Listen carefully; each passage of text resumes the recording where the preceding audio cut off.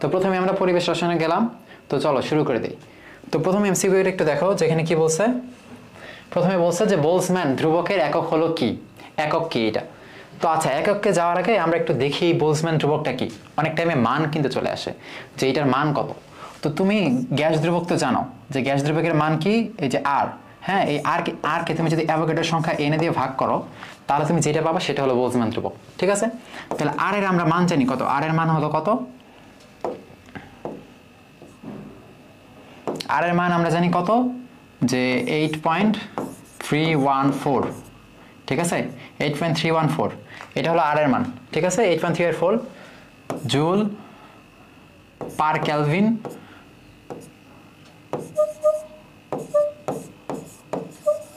পার molecule. ঠিক আছে, এটা হলো আর এর মান। আর অ্যাভোগাড্রোর সংখ্যা আমরা জানি এটার মান কত, 6.023 কোন 10 to the power -23, 10 to the power 23।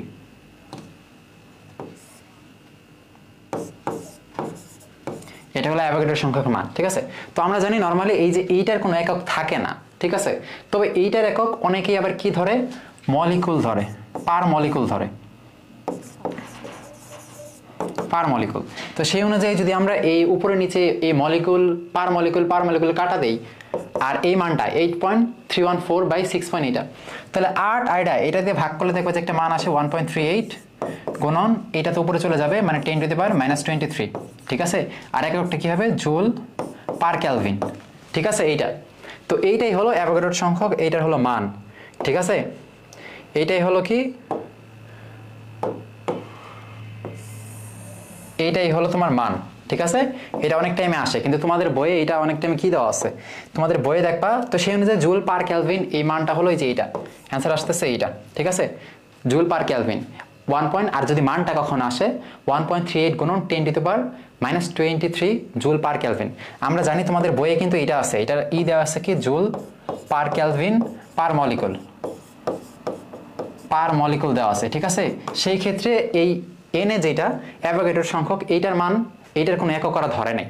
তো এটা তোমাদের বইয়ে দেওয়া আছে, তো তোমরা যেহেতু এইটা আমার অপশনে নাই, এই জন্য more appropriate joule per kelvin. ঠিক আছে, প্রথমটা জুল পার কেলভিন মাস্ট হবে, বাট এরপরে পার মলিকুল থাকতেও পারে, নাও পারে। ঠিক আছে, যদি পার মলিকুল থাকে অপশনে, তাহলে ওইটা কিন্তু মোস্ট অ্যাপ্রোপ্রিয়েট, ওইটা তোমরা দিবা। কিন্তু এখানে অপশনে যেহেতু পার মলিকুল নাই, জুল পার কেলভিন আছে, এই জন্য আমরা এটা দিলাম। ঠিক আছে, তো আশা করি এটা গেছে, মানটা আর একটা মনে রাখবা। এবার দেখো বলছে একটা আদর্শ গ্যাসের ক্ষেত্রে পিভি বনাম 1/p লেখচিত্র হবে একটি কি। তো পিভি আর 1/p। ঠিক আছে, তাহলে আমি এই যে একটা আসলাম, এখানে ওয়াই অক্ষ বরাবর পিভি বলছে, তাই না? তাহলে এখানে ওয়াই অক্ষ বরাবর বলছে পিভি আর 1/p, এই বরাবর হলো 1/p। ঠিক আছে, এটা আমি যেতে করি। তো তোমরা জানো যে কোনো গ্যাসের ক্ষেত্রে, আদর্শ গ্যাসের ক্ষেত্রে পি আর ভি এই দুইটার গুণফল কিন্তু কি একটা ধ্রুবক সংখ্যা, তাই না? যে কোনো একটা গ্যাসের ক্ষেত্রে পি আর ভি এইটা কিন্তু ধ্রুবক। পি বাড়লে আমরা জানি ভি কমে, আর ভি বাড়লে পি কমে, তার মানে দুইটার গুণফল কিন্তু একবারে কনস্ট্যান্ট। ঠিক আছে, যেহেতু পি আর ভি ব্যস্তানুপাতিক, একটা বাড়লে আরেকটা কমে, আরেকটা বাড়লে আরেকটা কমে, এই জন্য দুইটার গুণফল ধ্রুবক থাকে। তাহলে এই পি ভির মান ধ্রুবক, মানে একটাই মান থাকবে, চেঞ্জ হবে না। এটার মানে কিভাবে বোঝায়, এই যে ওয়াই অক্ষ বরাবর যেহেতু এটা আছে, তার মানে ওয়াই অক্ষ বরাবর এই যে মানটা, এইটা যত সামনে যাক এরকমই থাকবে। তার মানে কিভাবে থাকবে, এটা এইরকমই থাকবে। ঠিক আছে, এটা এই অক্ষের কিন্তু সমান্তরাল থাকবে, বুঝছো? এটা এক্স অক্ষ, এটা ওয়াই অক্ষ, এইটা। আর এই যে দেখো 1/p আস্তে আস্তে বাড়তেছে, বাট পিভি কিন্তু এই যে দূরত্বটা, এই দূরত্বটা কিন্তু চেঞ্জ হয় নাই। যেহেতু এই দূরত্বটা পিভির মান বোঝায়, এই জন্য পিভি কিন্তু চেঞ্জ হয়ে যায় প্রত্যেকটা পয়েন্টে। এই পয়েন্টে যাও, তা দেখবে এখানে এই পয়েন্টে দেখবা যে তাও এই দূরত্বটা সেম, এটা বাড়তেছে। এই পয়েন্টে যাও, দেখো এই দূরত্বটা সেম, এটা বাড়তেছে। এটা বাড়তেছে মানে 1/p বাড়তেছে। ঠিক আছে, বাট পিভিটা সমান আছে, কারণ 1/p বাড়লে আমরা জানি কি হয়ে যায়, 1/vটা কমে যায়। ঠিক আছে, এই জন্য দুইটার গুণফল যেহেতু সমান, এই জন্য পিভি সব সমান। এখানে তোমার পিভি এখানে 1/p না দিয়ে কি দিতে পারতো, পিও দিতে পারতো, বা ভিও দিতে পারতো। যাই থাকুক, পিভির গুণফল সব সময় ধ্রুবক। ঠিক আছে, পিভির গুণফল সব সময় ধ্রুবক, এই জন্য এটা কি হয়েছে, ওয়াই অক্ষের সমান্তরাল হয়ে গেছে, ওয়াই অক্ষের সমান্তরাল। আচ্ছা, এখানে বলছে যে ওয়াই অক্ষের সমান্তরাল বলতেছে, এটা তো ওয়াই অক্ষ, এটা এক্স অক্ষ। ঠিক আছে, তাহলে এক্স অক্ষের সমান্তরাল, তাই না? এটা এই রেখাটা কি এক্স অক্ষের সমান্তরাল না? তাহলে এটা হবে সি। ঠিক আছে, এটা হবে সি। অধিবৃত্ত তোমরা জানো অধিবৃত্ত কার কার? অধিবৃত্ত আছে যে পি আর হলো ভি, তাই না? পি বনাম ভি লেখচিত্র হলো অধিবৃত্ত হয়, ঠিক আছে এরকম।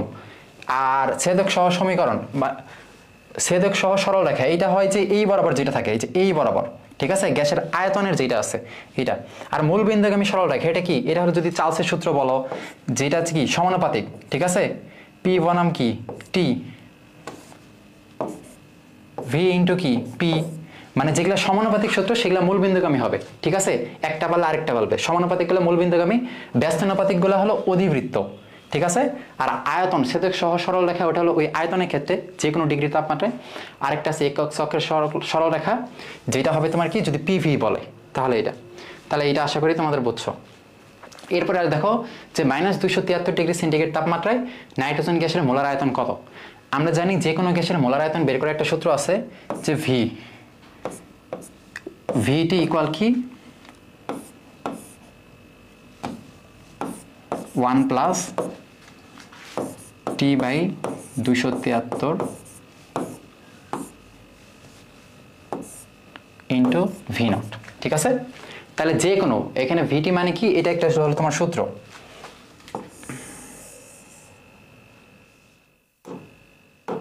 এটা হলো তোমার সূত্র, ঠিক আছে। যে কোনো তাপমাত্রায় গ্যাসের আয়তন সমান কি 1 + T/273 ইন্টু ভি নট। এখানে টিটা অবশ্যই কি তোমার সেন্টিগ্রেডে, ঠিক আছে, অবশ্যই সেন্টিগ্রেড। তাহলে এখানে বলছে মাইনাস, দেখেছো এই যে এটা কিন্তু অবশ্যই ডিগ্রি, এইটা কিন্তু অবশ্যই ডিগ্রিতে বসাইতে হবে। তাহলে তোমার এখানে যেহেতু কি চাইছে -273°, তাহলে এখানে 1 প্লাস এখানে টি নট হলো -273, তাই না? তাহলে -273 বাই এখানে 273, এই সূত্রটা কিন্তু মনে রাখবা, ইন্টু ভি নট, ঠিক আছে। তাহলে এখানে -273, তো এই 273 কাটা, তাহলে কি হবে যে 1 - 1, তাই না? এটা একটা কাটা গেলে 1 হয়, ইন্টু ভি নট। তো 1 - 1 ভি নট করলে এটা হয় 0। তাহলে -273°C তাপমাত্রায় নাইট্রোজেন গ্যাসের আয়তন কিন্তু আসলে কি হবে 0। তাহলে এটা অ্যান্সার দেখো হচ্ছে 0।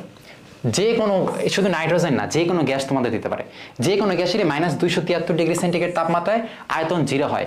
এই জন্য এটা বলে কি পরম শূন্য তাপমাত্রা। কি বলে? পরম শূন্য তাপমাত্রা। তোমরা কিন্তু জানো পরম শূন্য তাপমাত্রা, পরম শূন্য তাপমাত্রা, ঠিক আছে। তো এটার কি বলে? পরম শূন্য তাপমাত্রা। যে তাপমাত্রায় গ্যাসের আয়তন তাত্ত্বিকভাবে শূন্য হয় সেটাই বলে পরম শূন্য তাপমাত্রা। আচ্ছা ভাই বলছে যে কেমন আছো? হ্যাঁ ভাই ভালো আছি। আচ্ছা তাহলে ওটা বুঝছো আশা করি। দেখো আদর্শ গ্যাসের আচরণ থেকে বিচ্যুতির ক্রম কোনটি? আদর্শ গ্যাসের আচরণ থেকে বিচ্যুতির ক্রম কোনটা? তোমাদের গ্যাসের একটা তোমাদের বইয়ে একটা ছক আছে, দেখবা যে আমাগার বক্ররেখা ওখানে আছে। আর এই বিচ্যুতি ঘটে, এটা হলো নর্মালি দেখবা যে এখানে আছে, এগুলা দিছে। তাহলে আমি তোমাদের বলি, এইটা এখন ওই তোমাদের বইতে যে ছকটা আছে ওখানে দেখবা যে কার্বন ডাইঅক্সাইড দেখবা একবারে নিচে চলে আসছে। এই যে এরকম যদি আমি তোমাদের দেখাই যে,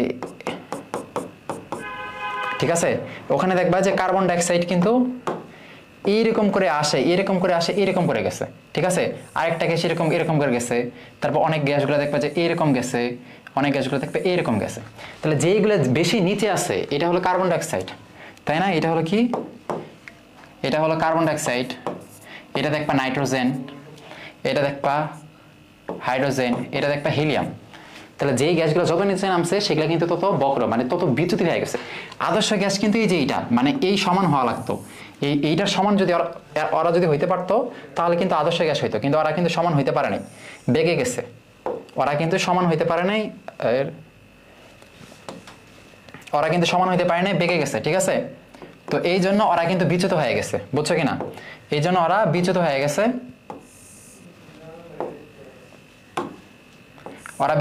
তো এই বিচ্যুতি হারটা কার বেশি? তো তোমরা এখানে দেখতেছো নরমালি কার বেশি?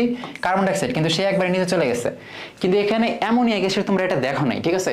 অ্যামোনিয়া গ্যাসের জিনিসটা দেখো নাই, কারণ অ্যামোনিয়া গ্যাসটা আরেকটু স্পেশাল। কারণ কি? অ্যামোনিয়া একটা পোলার যৌগ, এটা প্রথম পত্রে আমরা পড়ছি, অ্যামোনিয়া একটা পোলার যৌগ। আর এখানে আরেকটা কথা, এখানে হাইড্রোজেন বন্ধন আছে, ঠিক আছে, হাইড্রোজেন বন্ধন অ্যামোনিয়াতে আছে। তাহলে অ্যামোনিয়া হাইড্রোজেন বন্ধন আছে আর একটা পোলার যৌগ, এই জন্য এর আন্তঃআণবিক শক্তি বেশি। আমরা জানি আদর্শ গ্যাসগুলোর মধ্যে, অণুগুলোর মধ্যে আন্তঃআণবিক আকর্ষণ বিকর্ষণ নাই, একটা অণু আরেকটা অণুর আকর্ষণ বিকর্ষণ করে না, ঠিক আছে, তারা একজন আরেকজনকে আকর্ষণ বিকর্ষণ করে না। তাহলে এটা হলো আদর্শ গ্যাসের ধর্ম। কিন্তু অ্যামোনিয়া গ্যাসের মধ্যে এই পোলার যৌগ একটা আর হাইড্রোজেন বন্ধন একটা, এই দুইটার কারণে এর আন্তঃনৈবিক শক্তি অনেক বেশি। এই আন্তঃনৈবিক শক্তি অনেক বেশি মানে কি, এটাই তো অনেক বেশি বিচ্যুত হয়ে গেল, তাই না?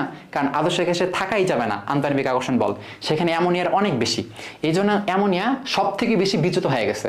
হ্যাঁ, আদর্শ গ্যাস থেকে সব থেকে সে দূরে আছে। আর বাদ বাকি যে গ্যাসগুলো আছে এরা যেহেতু পোলার না, এদের মধ্যে যার ভর বেশি সে তত বেশি বিচ্যুত। ঠিক আছে, তাহলে কার্বন ডাইঅক্সাইডের ভর বেশি, এই বেশি বিচ্যুত। এরপর দেখো নাইট্রোজেনের ভর কার্বন ডাইঅক্সাইড থেকে একটু কম, তাহলে এই একটু কম বিচ্যুত। তারপর হাইড্রোজেনের ভর আরো কম, এই আরেকটু কম বিচ্যুত। ঠিক আছে, তাহলে অ্যামোনিয়া সব থেকে বেশি, এরপর বাকিগুলো ভরের অনুযায়ী দিবা, তাহলে এটার অ্যান্সার হবে 1। তাহলে অ্যামোনিয়াটা ব্যতিক্রম কেন, এটা কিন্তু আমরা বুঝলাম। ঠিক আছে, আরেকটা কথা, তোমাদের বইয়ে একটা ছক দেখবা, যে ছকে অ্যামোনিয়ার একটা এর মান দেওয়া আছে। ভ্যান ডার ওয়ালসের একটা সূত্র আছে না, P plus N square V square by কি into V minus N B equal NRT, একটা সূত্র আছে। ওখানে এর মান দেখবা একটা ছকে অ্যামোনিয়ার সব থেকে বেশি, তো এর মান যার বেশি তার আন্তঃনৈবিক শক্তি বেশি, এই জন্য এখানে এই হলো সব থেকে বেশি বিচ্যুত হয়ে গেছে। হ্যাঁ, বাকিগুলা ভর অনুযায়ী দিবা, তাহলে এইটা সব থেকে বেশি, বাকি যেগুলা থাকবে গ্যাসগুলা ওগুলা ভর অনুযায়ী দিবা, সেই অনুযায়ী এটাই অ্যান্সার। ঠিক আছে, তো এবার দেখো নিচের কোন গ্যাসটি আদর্শ গ্যাসের ধর্ম থেকে সব থেকে বেশি বিচ্যুত। এবার দেখো এই যে এখানে যেটা আছে, এগুলা যেগুলো আছে এগুলোর মধ্যে হচ্ছে আমি বললাম যে ভর, অ্যামোনিয়াতে হাইড্রোজেন বন্ধন আছে, কিন্তু এগুলোর মধ্যে কারোর মধ্যে কিন্তু হাইড্রোজেন বন্ধন নাই। এই জন্য আমরা এদের ক্ষেত্রে দেখবো যার ভর বেশি সে তত বেশি বিচ্যুত। ঠিক আছে, তো এই সেলের ভর তোমরা জানো, এই সেলের ভর এখানে কত, এই যে 36.5। ঠিক আছে, তারপর হিলিয়ামের ভর জানো 4, মিথেনের ভর জানো 16, নাইট্রোজেনের ভর জানো 28। তাহলে ভর বেশি হাইড্রোক্লোরিক অ্যাসিড, তাহলে অ্যান্সার হবে এটা। ঠিক আছে, এবার দেখো ভ্যান ডার ওয়ালস ধ্রুবক এ এর একক কি, এইটা একটা গুরুত্বপূর্ণ। তাহলে তোমরা সূত্রে যাও, আমরা জানি ভ্যান ডার ওয়ালসের সূত্র কি,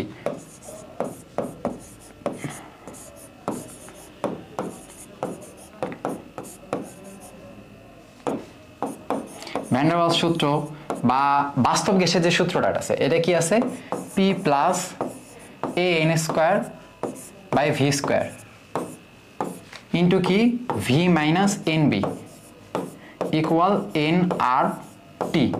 ঠিক আছে, এটা হলো সূত্র, এটা হলো কি, এইটা হলো সূত্র। তো এটা তোমরা কিন্তু মনে রাখবা, এটা কিন্তু সূত্র লাগে। ঠিক আছে, এটা হলো সূত্র, পি প্লাস কি N square V square by V square V minus N B equal N R T, এটা হলো সূত্র। এখান থেকে তোমারে বলছে যে কি এই এর মানটা বের করতে বলছে, তাই না? এখানে এই এর মানটা তোমারে বের করতে বলছে, এই যে এর মানটা আছে বের করতে বলছে। তাহলে তোমরা একটা জিনিস দেখো, এখানে পি এর একক কিন্তু কি, পি মানে চাপ মানে এটিএম, তাহলে এই পি এর সাথে যেই জিনিসটা যোগ আছে এইটার একক কিন্তু এটিএম হবে। কারণ আমরা জানি এই একক যোগের ক্ষেত্রে সেম জাতীয় জিনিসগুলো কিন্তু যোগ হয়। হ্যাঁ, বেগের সাথে ত্বরণ কখনো যোগ হবে না, ত্বরণের সাথে ভর কখনো যোগ হবে না। ঠিক আছে, তো ভরের সাথে ভর যোগ হবে, বেগের সাথে বেগ যোগ হবে, তাহলে এটা যেহেতু এটিএম, তাহলে এটিএম এর সাথে টোটালটা এটিএমই যোগ আছে। তাহলে এখানে যে কি আছে a N square by V square, এইটার একক কি, এটার একক অবশ্যই এটিএম। ঠিক আছে, এটার একক এটিএম। তাহলে তোমরা যেভাবে একক বের করে নাও ওটা বের করে নাও, বা এই এ সমান কি হবে, এ সমান এই যে এই ভি স্কোয়ারটা এই পাশে চলে যাবে, তাহলে ভি স্কোয়ারটা এই পাশে যদি গুণ হয় ভি স্কোয়ারের একক কি হবে এটিএম, ভি স্কোয়ার একক কি লিটার স্কোয়ার। ঠিক আছে, আর এন স্কোয়ারটা এই পাশে এসে ভাগ হয়ে যাবে কোনাকুনি, তাহলে এটা হবে কি মোল ইনভার্স 2। ঠিক আছে, এটা বুঝছো কিনা, এটা বুঝছো কিনা?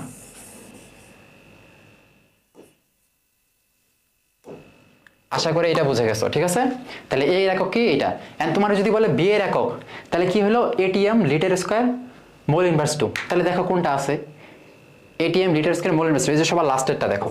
ঠিক আছে, সবার লাস্টেরটা দেখছো, তাহলে অ্যান্সার এটা। এখন তোমার যদি বি এর একক বের করতে বলে, আচ্ছা এখানে এ দ্বারা কি বোঝায়, এ দ্বারা গ্যাসের আন্তঃনৈবিক আকর্ষণ শক্তি বা আন্তঃনৈবিক আকর্ষণ বল, এইটা বোঝায় এ দ্বারা। ঠিক আছে, এ অবশ্যই একটা ভ্যান ডার ওয়ালস দেবো, এন্ড তোমার বি এর একক চাইতে পারে, তাহলে সিমিলারই ওইটাই ভি এর একক যেটা এন বি এর এককও ওইটাই হবে, কারণ যোগ বিয়োগ তো একই জাতীয় জিনিস ছাড়া হয় না। তাহলে এন বির যে এককটা এখানে আছে এন বির একক অবশ্যই কি, এই ভি এর একক যেহেতু লিটার, এন ভির একক কিন্তু লিটার। ঠিক আছে, অতএব বি এর একক কি হবে, এই এনটা এই পাশে বি এর একক যেহেতু বের করতেছো বিটারে মুক্ত করো, তাহলে এনটা এই পাশে আসলে কি লিটার পার মোল। ঠিক আছে, তাহলে বি এর একক কি লিটার পার মোল। তাহলে এটা বুঝছো কিনা, এর একক বি এর একক এমনি বের করা লাগে। ঠিক আছে, এর একক বি এর একক, এখানে এর একক চাইছে ওইটা আমি দিছি, বি এর একক চাইলে ওটা তোমরা দিতে পারতা। আশা করি এটা ক্লিয়ার, এই সূত্র কিন্তু মনে রাখবা। ঠিক আছে? তোমার অনেক টাইমে বলতে পারে যে 44 গ্রাম কার্বন ডাইঅক্সাইডের ক্ষেত্রে ভ্যান ডার ওয়ালসের সূত্রটা লেখো। তাহলে 44 গ্রাম মানে তুমি শুধু এন এর মানটা বসাইতে হবে। তাহলে 44 গ্রাম কার্বন ডাইঅক্সাইড মানে কি 1 মোল, কারণ 1 মোলের 44 গ্রাম কার্বন ডাইঅক্সাইড। তাহলে এখানে এন যেখানে আছে ওখানে 1 বসাবা, মানে P plus A by V square V minus B equal R T. ঠিক আছে? তোমার যদি 88 গ্রাম কার্বন ডাইঅক্সাইড বলে তার মানে 88 গ্রাম কি 2 মোল, তাহলে এখানে 2 বসাবা, পি প্লাস এ 2 দুগুণে 4, তার মানে P plus 4a by V square into V minus 2b equal 2RT। এটা তোমার রিটার্নও দিতে পারে ঢাকা ভার্সিটিতে। ঠিক আছে? এইটা তো এগুলা হলো আদর্শ গ্যাস, সরি এগুলা হলো বাস্তব গ্যাসের সূত্র।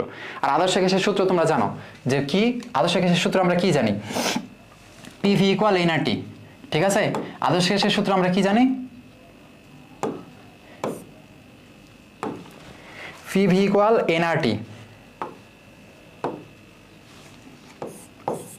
পিভি ইকুয়াল কি এনআরটি, এটা যদি বলে তো আদর্শ গ্যাসের ক্ষেত্রে তোমার ওইটা 44 গ্রাম কার্বন ডাইঅক্সাইড বলতে পারে, তাহলে এনের জায়গাতে তুমি বসাবা। ঠিক আছে? তাহলে ওইটা হলো আদর্শ গ্যাস, এটা হলো বাস্তব গ্যাস। বাস্তব গ্যাস ভ্যান ডার ওয়ালসের আকর্ষণ সূত্র মেনে। ঠিক আছে? আর আদর্শ গ্যাস কি বয়েল, চার্লস, অ্যাভোগাড্রো ওই সূত্রগুলো মানে। এবার আসলে অ্যামাগা লেখচিত্রে কোনটি অধিক ঋণাত্মক বিচ্যুতি দেখায়? এই যে অ্যামোনিয়া আছে তার মানে তোমার অ্যামোনিয়া দেখাইতে হবে। ঠিক আছে? যেহেতু অ্যামোনিয়া অধিক বিচ্যুত হয়ে যাবে, বুঝছো কিনা? আচ্ছা, তারপরে আসো যে নিচের কোন ক্ষেত্রে ব্যাপন সর্বাধিক হবে, নিচের কোন ক্ষেত্রে ব্যাপন সর্বাধিক হবে? তো ব্যাপন সর্বাধিক হওয়ার জন্য আচ্ছা এইটা কিন্তু ঢাকা ভার্সিটি দেখো 2022-23 সালে আসছে। এখানে বলছে 5 ডিগ্রি সেন্টিগ্রেডে কার্বন মনোক্সাইড, এইটা মেবি 23-24 আসছে। ঠিক আছে? 5 ডিগ্রি সেন্টিগ্রেড এ কার্বন মনোক্সাইড, 35 ডিগ্রি সেন্টিগ্রেডে কার্বন মনোক্সাইড, 5 ডিগ্রিতে নিয়ন, 35 ডিগ্রিতে নিয়ন। ঠিক আছে? তাহলে এখানে একটা 5 ডিগ্রিতে আছে কে কার্বন মনোক্সাইড আর নিয়ন। ঠিক আছে? এটা হলো 5 ডিগ্রি। আবার আরেকটা আছে কত ডিগ্রিতে, আবার আমি যদি 35 ডিগ্রিতে যাই, 35 ডিগ্রিতেও কার্বন মনোক্সাইড আছে, নিয়ন আছে। ঠিক আছে? এখন একটা দেখো, তুমি যদি নর্মালি তাপমাত্রা বাড়াও তাহলে গ্যাসের কি হয়? তাপমাত্রা বাড়াইতেছে, অণুগুলোর মধ্যে গতিশক্তি বাড়তেছে, ফলে ওরা ছোটাছুটি করতেছে, ফলে ব্যাপন হওয়া মানে কি ছড়ায় যাওয়া। তাহলে তাপমাত্রা বাড়াবা, গ্যাসের অণুগুলোর মধ্যে গতিশক্তি বাড়বে, ফলে তারা ছড়ায় যাবে বিকৃত হবে, ফলে তাপমাত্রা বাড়লে কিন্তু ব্যাপন বাড়ে। এই জন্য যেহেতু কার্বন মনোক্সাইড আর নিয়ন দুইটাই 5 ডিগ্রিতেও আছে, 35 ডিগ্রিতেও আছে, হ্যাঁ, এই জন্য আমরা 35 ডিগ্রিতে বেশি হবে এটা আমরা ধরলাম। ঠিক আছে? তাহলে অবশ্যই এইটা আমার সবার আগে কিন্তু কি বাদ, এটা সবার আগে কিন্তু আমার কি বাদ হয়ে গেল, বুঝছো কিনা? এটা সবার আগে আমার বাদ হয়ে গেল। ঠিক আছে? যেহেতু দুইটা গ্যাসই 5-এও আছে 35-এও আছে, তো 5 ডিগ্রি কম তাপমাত্রা আমি আগে থেকে বাদ দিয়ে দিলাম। ঠিক আছে? তাহলে এটা বাদ। এবার আসো 35 ডিগ্রিতে এটা। ঠিক আছে? তো এই 35 ডিগ্রিতে হওয়ার জন্য এখন 35 ডিগ্রিতে অবশ্যই দুইটার মধ্যে যে কোনো একটার বেশি হবে। তো এখন কার্বন মনোক্সাইডের ভর কত? কার্বন মনোক্সাইডের ভর, কার্বনের হলো কত 12 আর অক্সিজেনের হলো কত 16, 12 আর 16 28। আর নিয়নের ভর হলো কত? নিয়নের ভর হলো 19। ঠিক আছে? 19 ধরলাম। তাহলে এই ভর যেহেতু আমরা জানি যার ভর বেশি সে বেশি ব্যাপন হইতে পারবে না। ভর বেশি হলে তো সে ছড়াইতেই পারবে না। যে অধিক পাতলা সে অধিক ছড়ায় যায়। ব্যাপনের সূত্র তোমরা পড়ছো না? ব্যাপন হারের সূত্র আছে, সূত্র একটা আছে। তো ব্যাপন হারের একটা সূত্র আছে, আমি এটা লিখে দিতেছি দেখো, যে আর এ বাই আর বি। ঠিক আছে? এটা হলো এ গ্যাসের ব্যাপনের হার, এটা হলো বি গ্যাসের ব্যাপনের হার। এটা সমান লেখা যায় যে M B by M A equal DB by DA equal TV by TA. এটা সূত্র তোমাদের বইয়ে আছে। ঠিক আছে? এই সূত্র দেখবা যে তোমাদের বইয়ে আছে। তাহলে এই সূত্রটা আমি লিখে দিলাম এখানে। ঠিক আছে? তার মানে এই যে দেখো, এই গ্যাসের ব্যাপনের হার এর ভরের ব্যস্তানুপাতিক, এর ঘনত্বের ব্যস্তানুপাতিক, এর সময়ের ব্যস্তানুপাতিক। তার মানে সময় যত বেশি লাগবে ব্যাপন হার কম, ঘনত্ব যত বেশি হবে ব্যাপনের হার কম, ভর যত বেশি হবে ব্যাপনের হার কম। সেই ক্ষেত্রে দুইটার মধ্যে যেহেতু কি, এটা কিন্তু গ্রাহামের ব্যাপন ছোট, দুইটার মধ্যে যেহেতু নিয়নের ভর কম, ফলে ব্যাপন হার বেশি। ভর কম হলে ব্যাপন হার বেশি হয়। ঠিক আছে? তাহলে নিয়নের ভর কম এই জন্য বেশি। তাহলে এইটা হলো 35 ডিগ্রিতে নিয়ন। অ্যান্সার হবে কোনটা? এই লাস্টেরটা অ্যান্সার, এই লাস্টেরটা অ্যান্সার। বুঝছো কিনা? আশা করি বুঝছো এটা। ঠিক আছে? তো তাপমাত্রা বেশি, তাপমাত্রার মধ্যে যার ভর কম তারে আমরা নিলাম। তাহলে এটা আশা করি তোমাদের ক্লিয়ার হয়ে গেছে। ভাই ছুটি নাই এখনো, এক্সট্রা ক্লাস এখন করলে, কলেজ লাইফে এক্সট্রা ক্লাস করলে ভার্সিটিতে উঠতে পারবে না। হ্যাঁ, পোলাপান আচ্ছা দেখো এখানে কার্বন, নাইট্রোজেন, অক্সিজেনের পারমাণবিক ওজন যথাক্রমে 12, 14 আর 16। নিচের কোন গ্যাসগুলোর মধ্যে কোনটির ব্যাপন হার সমান? এই যে একটু আগে বললাম, ব্যাপন হার সমান হইতে গেলে হয় তার ভর সমান হইতে হবে, নয় ঘনত্ব সমান হইতে হবে, নয় সমান সমান হইতে হবে। ঠিক আছে, তাহলে এখানে যেহেতু তোমার ভর দেওয়া আছে, ফলে দেখবো আমরা দুইটার মধ্যে ভর, যাদের ভর সমান, আণবিক ভর সমান, তাদের ব্যাপন হার সমান। তাহলে এখানে কার্বন, নাইট্রোজেন, অক্সিজেনের পারমাণবিক ওজন যথাক্রমে এত হলে নিজের কোন গ্যাসগুলোর মধ্যে ব্যাপন হার সমান? তাহলে প্রথমে আসো কার্বন ডাইঅক্সাইড। কার্বন ডাইঅক্সাইডের মধ্যে আমরা জানি এর ভর হলো 44, তাই না? আর নাইট্রোজেন ডাইঅক্সাইড এর ভর কত? অক্সিজেন 16 দুগুণ 32, 32 আর 14 46। তাহলে আর এদের দুইজনের ভর সমান না। এবার আসো কার্বন ডাইঅক্সাইড, ওই একই কথা 44 N2O, N2 নাইট্রোজেন 14 দুগুণ 28, 28 আর 16 44, এই যে মিলে গেছে। তাহলে এই যে N2O মানে নাইট্রাস অক্সাইড, N2O মানে নাইট্রাস অক্সাইড আর কার্বন ডাইঅক্সাইড, এই দুইটার যেহেতু কি ভর সমান, এই জন্য এদের ব্যাপন হার সমান। বুঝছো কিনা? এবার আসো সিএনজি স্টেশনে ব্যবহৃত প্রাকৃতিক গ্যাসে মিথেনের পরিমাণ সর্বোচ্চ 95 এর উপরে। অপশনে দেখো 95 এর উপরে কিছু আছে নাকি? এই যে 96, কোন বই দেখবা 96 আছে, কোন বই 95 আছে। বাংলাদেশে প্রাকৃতিক গ্যাসে মিথেনের পরিমাণ কত? 99%। দেখবা তোমরা এগুলা লাস্টে শোনো, লাস্টে সিএনজি আছে, তারপর এলপিজি আছে, ওগুলাতে প্রাকৃতিক গ্যাস মানে মিথেনের পরিমাণ কি। আবার আসে যে আমাদের রান্নার সিলিন্ডারে ব্যবহৃত হয় কোন কোন গ্যাস? প্রোপেন আর বিউটেন, তাই না? প্রোপেন বিউটেন আমাদের রান্নার সিলিন্ডারে ব্যবহার করা হয়। তাহলে এই জিনিসগুলো কিন্তু একটু আসে, ঠিক আছে? তো লাস্টে একটু ওই পড়াগুলো দেখতে পারো যে কোনটায় কোন গ্যাস থাকে, কোনটার ক্যালোরিফিক মান বেশি। হ্যাঁ, এবার দেখো এখানে হাইড্রোজেন, অক্সিজেন, নাইট্রোজেন, মিথেন এবং অ্যামোনিয়া, এদের ভ্যান ডের ওয়ালস ধ্রুবক এ এর মান যথাক্রমে এত। তাহলে কোন গ্যাসটি সহজে তরলীকরণ করা যাবে? যেই গ্যাসে এর মান বেশি, ঠিক আছে, মানে যার আন্তঃআণবিক আকর্ষণ বল বেশি, তার সহজে তরলীকরণ করা যাবে। আন্তঃআণবিক আকর্ষণ বল যার বেশি, তারা মোটামুটি কাছাকাছি থাকে, ঠিক আছে? যেই গ্যাসগুলোর মধ্যে মনে করো আকর্ষণ বিকর্ষণ নাই, মানে আদর্শ গ্যাস অনেক দূরে দূরে থাকে, ফলে তুমি তাদের কি তরলীকরণ করতে পারবা? তরলীকরণ করা মানে কি? গ্যাসগুলোর অণুগুলারে এক জায়গাতে কাছাকাছি আনবা, একটা নিম্নচাপে একবারে কাছাকাছি এনে তরল করে নেবা, ঠিক আছে? কিন্তু যেহেতু আন্তঃআণবিক আকর্ষণের জন্য তোমার বেশি থাকা লাগবে, মানে একজনের থেকে আরেকজন যত বেশি আকর্ষণ থাকবে, যত বেশি আকর্ষণ থাকবে তার মানে তারা তত কাছে থাকবে। তো যত বেশি আকর্ষণ তত বেশি কাছাকাছি, ফলে আমি তাদের যদি তরল করতে যাই আমি ইজিলি পারবো। এই জন্য এর মান যত বেশি বোঝায় মানে কি? আন্তঃআণবিক আকর্ষণ বল বেশি। তাহলে দেখো যার আন্তঃআণবিক আকর্ষণ মান বেশি, যার এর মান বেশি, অর্থাৎ যার আন্তঃআণবিক আকর্ষণ বল বেশি, সে তত সহজে তরলীকরণ হয়। এখানে কার এর মান বেশি দিছে? এর মান 1.36, 1.39, 2.5, এই যে 4.7, এটা কার? এটা হলো অ্যামোনিয়ার। তাহলে অ্যান্সার হবে অ্যামোনিয়া। আশা করি বুঝছো। দেখো উদ্ভিদ মূলের সাহায্যে ইউরিয়া সার কি অবস্থায় শোষণ করে? আমরা ম্যাক্সিমাম ইউরিয়া সার মাটিতে আমরা জানি ক্যালসিয়াম অক্সাইড, ম্যাগনেসিয়াম অক্সাইড, মাটিতে ক্যালসিয়াম আর ম্যাগনেসিয়ামের কি যৌগ আছে, তারা এই সারগুলোর সাথে বিক্রিয়া করে নাইট্রেট যৌগ তৈরি করে, ঠিক আছে? তাহলে মেইনলি নাইট্রেট যৌগ, যে নাইট্রেট সল্ট সি, ঠিক আছে? এরপরে আসো যে নাইট্রোজেন বিদ্যুৎ ক্ষরণ। আচ্ছা, নাইট্রোজেন বিদ্যুৎ ক্ষরণে এখানে মেইনলি কি হয় জানো? এই যে N2 + O2, এটা হলো বিদ্যুৎ ক্ষরণ হয়, ঠিক আছে? এখানে বিদ্যুৎ ক্ষরণ হয়। এই বিদ্যুৎ ক্ষরণের তাপমাত্রাটাই তোমার চাইছে, এটা হলো 3000 ডিগ্রি সেন্টিগ্রেড, ঠিক আছে? এই 3000 ডিগ্রি সেন্টিগ্রেডে এরা কি তৈরি করে? 2NO, ঠিক আছে? দেন এই 2NO আবার অক্সিজেনের সাথে বিক্রিয়া করে, ঠিক আছে? একটা তাপমাত্রা 2, এখানে নাইট্রোজেন ডাইঅক্সাইড তৈরি করে, ঠিক আছে? দেন এই নাইট্রোজেন ডাইঅক্সাইড এটা আবার অক্সিজেন আর পানির সাথে বিক্রিয়া করে, কি তৈরি করে? নাইট্রিক অ্যাসিড তৈরি করে, ঠিক আছে? যেহেতু আমরা জানি 20টি অ্যাসিডীয়, ম্যাক্সিমাম 20টি একটু অ্যাসিডীয় হয়, এই জন্য নাইট্রিক অ্যাসিড কিন্তু থাকে, ঠিক আছে? দেন এই নাইট্রিক অ্যাসিড 20টি হয়ে যখন মাটিতে মিশে, মাটিতে আমি বললাম যে ক্যালসিয়াম আর ম্যাগনেসিয়ামের যৌগ আছে, তো এই NO3 যেটা আছে, এটা ওই ক্যালসিয়াম আর ম্যাগনেসিয়ামের যে কি আছে? অক্সাইড আছে, তাই না? ক্যালসিয়াম বা ম্যাগনেসিয়াম অক্সাইড আছে, সেটার সাথে বিক্রিয়া করে ক্যালসিয়াম নাইট্রেট তৈরি করে,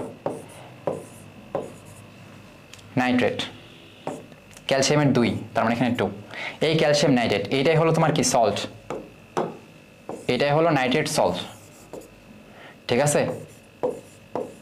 বুঝছো?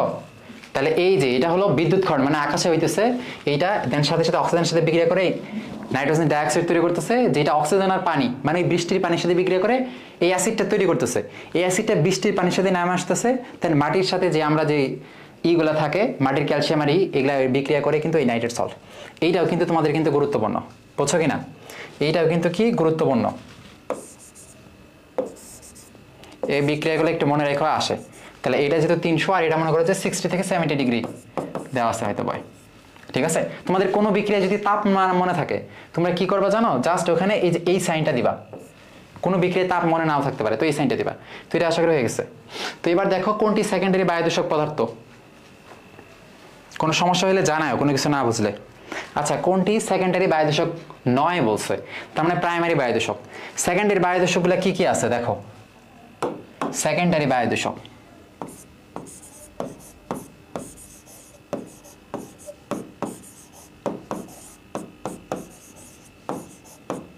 সেকেন্ডারি বায়ুদূষক এটা আছে NO2, ঠিক আছে, SO3, NO3 nitric acid, sulphuric acid, H2SO4, P2O5 আর PAN বাষ্প। এখন দেখো সেকেন্ডারি বায়ুদূষকগুলোর মানে বুঝতেছো জানো? যেটা প্রাইমারি গঠন হয় সেকেন্ডারি, মানে প্রত্যেকটা যৌগকে তুমি ভাঙতে পারবা। একটু চেষ্টা করে একটু দেখো তো ভাঙতে পারো কিনা। দেখো এই যে NO2, এই যৌগটা ভেঙে তুমি কি তৈরি করতে পারবা? NO2 সরি, এটারে ভেঙে তুমি কি তৈরি করতে পারবা? NO আর অক্সিজেন, তাই না? তার মানে এই যৌগটা ভেঙে তুমি NO আর অক্সিজেন তৈরি করতে পারতেছো। SO3 এরও তো একটা ভাঙা যায়, SO2 বানানো যায়, তাই না? মানে প্রত্যেকটা যৌগকে তুমি ভেঙে একটা আলাদা অস্তিত্ব আছে এমন যৌগ তুমি পাবা। NO2 থেকে তুমি NO পাবা, এই যৌগ তো আছে নাইট্রিক অক্সাইড। SO3 থেকে তুমি SO পাবা। HNO3 এটা থেকে তুমি কি পাবা? HNO2 মানে নাইট্রাস অক্সাইড, মানে একটা অক্সিজেন কম বিশিষ্ট। দেন এটার সাথে কি পাবা? সালফিউরিক অ্যাসিড H2SO3, তাই না? মানে এদের একটা অক্সিজেন কম দিলে তুমি একটা যৌগ পাইতেছো, এর একটা অক্সিজেন কম দিলে আরেকটা যৌগ পাইতেছো, এর একটা অক্সিজেন কম দিলে একটা যৌগ পাইতেছো, এর একটা অক্সিজেন কম দিলে একটা যৌগ পাইতেছো। তাহলে এই যৌগগুলো প্রত্যেকটাই মানে অন্য একটা যৌগ থেকে আসছে, এই জন্য এরা হলো সেকেন্ডারি, বুঝছো? তাহলে এরা সেকেন্ডারি। তেমনি এরাও কিন্তু ভাঙতে পারবা, P2O5 এর অনেক যৌগ আছে। তাহলে এইগুলা, তাহলে তোমার যদি এখন বলে যে প্রাইমারি তাহলে কোনগুলো, তাহলে এই যে NO এরা ভাঙতে পারবা? পারবা না। তাহলে NO এটা প্রাইমারি, ঠিক আছে? তাহলে NO হলো প্রাইমারি, এই NO প্রাইমারি, H2SO2 এটা হলো প্রাইমারি। তাহলে প্রাইমারি কোনগুলা? প্রাইমারি এগুলা দেখবা তোমরা, এই সেকেন্ডারি কয়টা মনে রাখবা, বাকি সবগুলো যেগুলো ছোট ছোট আছে এগুলা হলো প্রাইমারি সব, ঠিক আছে? তাহলে প্রাইমারি দেখবা যে কি carbon monoxide, carbon dioxide, SO2, NO, ammonia, তাই না? এগুলো তো ছোট ছোট সব। তাহলে এগুলা আর এই যৌগগুলোর সাথে হালকা হাইড্রোজেন অক্সিজেন যোগ করে এই যৌগগুলো পাই, এই জন্য সেকেন্ডারি। মধ্যে কথা এই কয়েকটারে তোমরা মনে রাখবে একটা সেকেন্ডারি, বাকি সব ছোট ছোটগুলো প্রাইমারি, বুঝছো? তাহলে এটার অ্যান্সার কি হবে? কোনটি সেকেন্ডারি বায়ুদূষক নয়, মানে কোনটা প্রাইমারি? এই যে H2S এইটা, তাই না? কারণ এটার আমি ভাঙা দেখাইলাম, এটারও ভাঙা দেখালাম, NO2 ভাঙা দেখালাম সেকেন্ডারি, তাহলে এটা হলো প্রাইমারি, ঠিক আছে? কোনটি ওজোন স্তর ক্ষয়ের জন্য দায়ী নয়? ওজোন স্তর ক্ষয় করে কে কে? ওজোন স্তর দায়ী কে কে? দায়ী কে কে আছে? প্রথমত কার্বন ডাইঅক্সাইড, তাই না? তারপর কি? CFC, তারপর কে আছে? মিথেন, তাই না? কার্বন ডাইঅক্সাইড, CFC, মিথেন, তারপর কি? N2O নাইট্রাস অক্সাইড, এগুলাই আছে, ঠিক আছে? তাহলে আচ্ছা দায়ী নয় কোনটা? Carbon monoxide, CFC, CCl4, UV radiation. এই ইউভিও তো দায়ী, তাই না?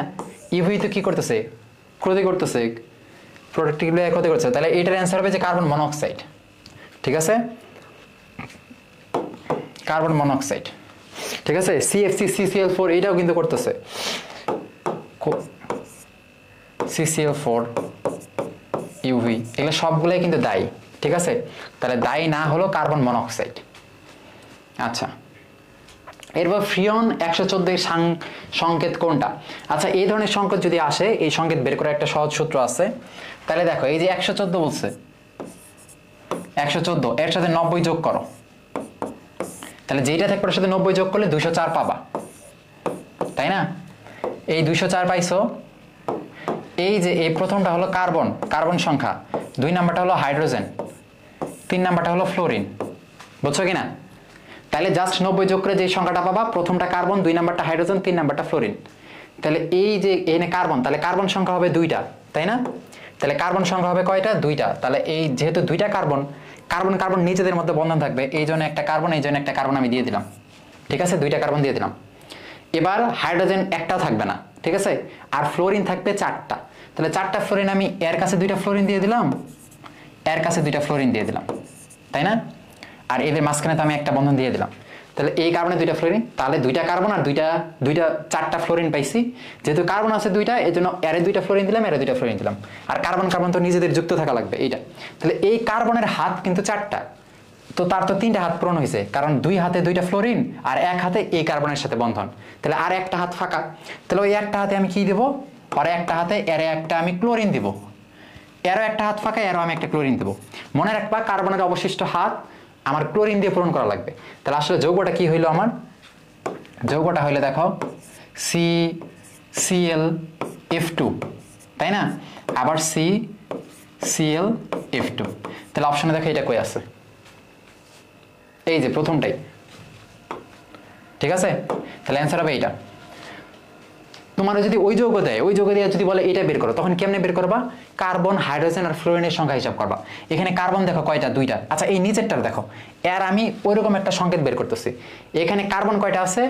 এইটা যৌগটা হলো CFCl3, মানে কার্বন হলো একটা, কার্বন হলো একটা। হাইড্রোজেন কয়টা? 0টা। দেন তারপর ফ্লোরিন কয়টা? ফ্লোরিনও আছে? ফ্লোরিন নাই, 0। আমি বলছি প্রথমে কার্বন, তারপর হাইড্রোজেন, তারপর ফ্লোরিন। তাহলে এখানে যদি কার্বন একটা 1 দিছি, হাইড্রোজেন আমার 0, পাশেরটা 0, ফ্লোরিন আমার 0, পাশেরটা আমি 0 দিছি, ঠিক আছে? দেন এই সংখ্যাটার থেকে আমি কি 90 বিয়োগ করব। তাহলে এর থেকে যদি আমি 90 বিয়োগ করি, কারণ 90 যোগ দিয়ে কিন্তু আমি সংখ্যাটা পাইছিলাম, তাই না? এই সংকেত থেকে, মানে নাম্বার থেকে সংকেতে গেলে আমার 90 যোগ দেওয়া লাগে। আর সংকেত থেকে নাম্বারে আসলে ওই কার্বন, হাইড্রোজেন, ফ্লোরিন করার পর 90 বিয়োগ দেবো। তাহলে এর থেকে 90 আমি যদি বিয়োগ দিই, তাহলে আমি কত পাবো? 90 বিয়োগ দিলে আমি পাবো 10, তাই না? তাহলে এই যে 10, এই 10 মানে এর হলো ফ্রিয়ন 10, তাই না? এটা হলো কি? ফ্রিয়ন 10। আশা করি তোমরা এটা বুঝছো। তাহলে কার্বন, হাইড্রোজেন, ফ্লোরিন, দেন কার্বনের অতিরিক্ত হাত হাইড্রোজেন দিয়ে পূরণ করবা। তারপর এর সংকেতে তোমরা যদি বলো এর সংকেত কত, দেখো এখানে আছে কার্বন কয়টা? এখানে আছে কার্বন 2টা, সরি কার্বন আছে একটা, কার্বন একটা, হাইড্রোজেন 0, ক্লোরিন আছে 2টা। আচ্ছা, ফ্লোরিন আছে 2টা, তাহলে যে 2, ঠিক আছে? ক্লোরিন তো আমরা হিসাব করবো না। Carbon, hydrogen, fluorine, carbon, hydrogen, fluorine, মনে রাখবা এটা CHF। তাহলে CHF, দেন 90 আমি বিয়োগ, 90 বিয়োগ করলে হইতেছে কত? 12। তাহলে এইটার হলো ফ্রিয়ন 12, ফ্রিয়ন 12, ঠিক আছে? ফ্রিয়ন 12, এটা হলো ফ্রিয়ন 12, এটা হলো ফ্রিয়ন 10, ঠিক আছে? আর এটা তো বললামই। আশা করি এটা বুঝে গেছো।